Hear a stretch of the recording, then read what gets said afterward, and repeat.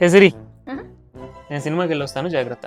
మరి నేను ఇద్దరు వెళ్ళినంత మాత్రం స్టోరీ ఏమైనా మారిపోద్దా? డబ్బులు దండ కాకపోతేను. ఆ మొహం చూడండి. నేను చూసి వచ్చి స్టోరీ చెప్తాలే. ఇది కేవలం పొగరు. కొన్ని ఏరియాల్లో దీన్నే బలుపు అని కూడా అంటారు. నేను నైట్కి రైస్ తిన్ను, చపాతీ పెట్టు. ఇద్దరు తిన్నది మాత్రం టేస్ట్ అయినా మారిపోద్దా? డబ్బులు దండ కాకపోతే నేను తిని టేస్ట్ ఎలా ఉందో చెప్తానులే.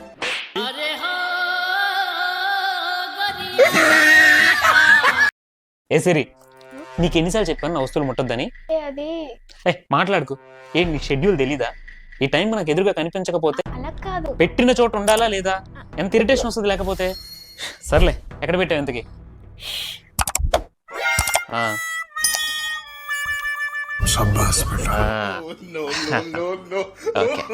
ఎక్కడ నుంచి స్టార్ట్ చేయమంటావు?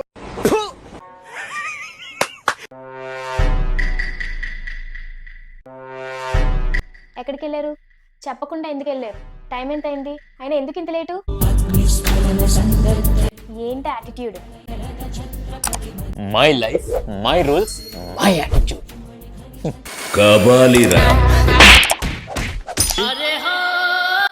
Your life, my rules, no attitude.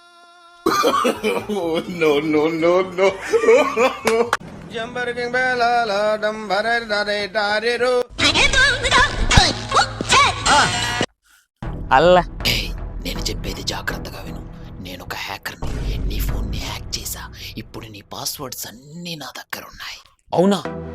భయ్య భయ్య, అవన్నీ కొంచెం వాట్సాప్ చేయి భయ్య, మర్చిపోయి చచ్చా.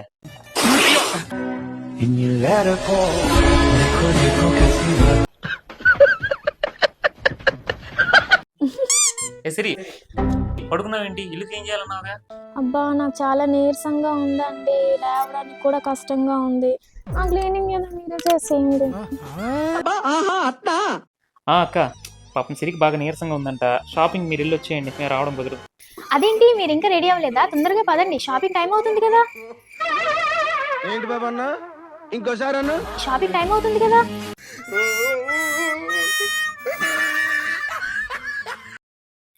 ఏమండి, మీకు ఒక పొడుపు కథ అడుగుతాను. కరెక్ట్ గా ఆన్సర్ చేశారనుకో 1 వీక్ మీరు గిన్నెలు తోమాల్సిన అవసరం లేదు.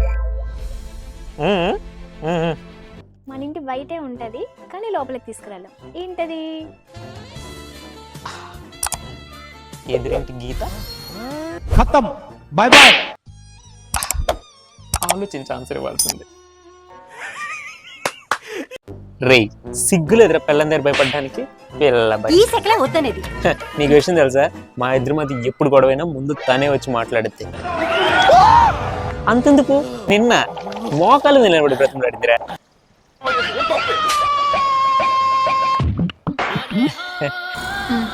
అబ్బా, ఇంకెంతసేపు ఉంటారు లోపల? బయటికి రండి.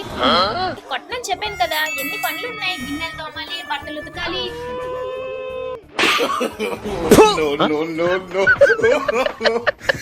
ఓయ్, ఏంటి అంత సీరియస్గా చూస్తున్నావు? చికెన్ బిర్యానీ ఎలా చేయాలో చూస్తున్నా.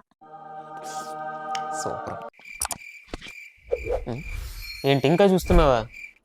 అదంత ఇంట్రెస్టింగ్ గా అనిపించలే, అందుకే మటన్ బిర్యానీ చూస్తున్నా.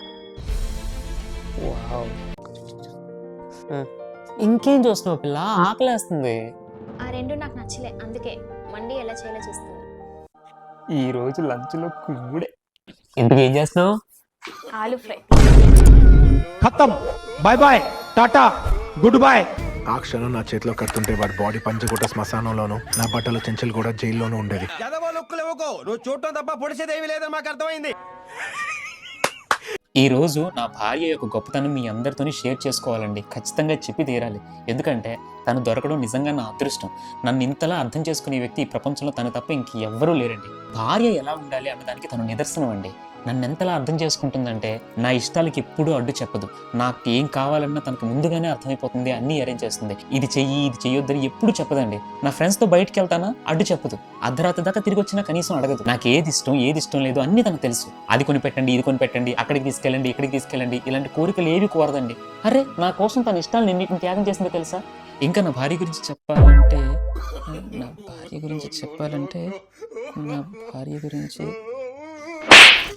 రాసి ఇచ్చినవే 2 పేజీలు, అవి కూడా సరిగ్గా చెప్పలేరా? ఖతం. భార్య గురించి చెప్పాలంటే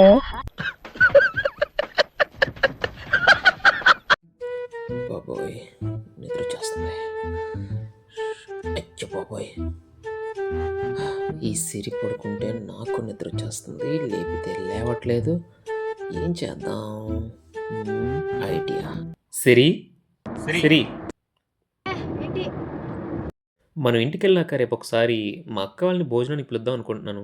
ఏమంటావు? ఏంటి మీ అక్కలు పిలుస్తారా? అంటే వాళ్ళు ఇప్పుడు వచ్చిన తర్వాత వాళ్ళ కింద, వాళ్ళ పిల్లల కింద, వాళ్ళ హస్బెండ్స్ కింద, అందరి కింద చేయాలి నేను? అంటే వాళ్ళు చికెన్ ఆడతారు, ఇంకింటికి వెళ్ళేదాకా పడుకో.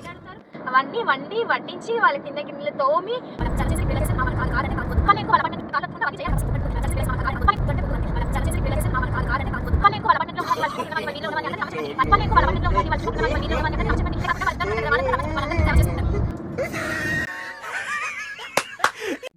ఏమండి, ఈ ప్రపంచంలో అందరికన్నా తెలివైన వాళ్ళు ఎవరు?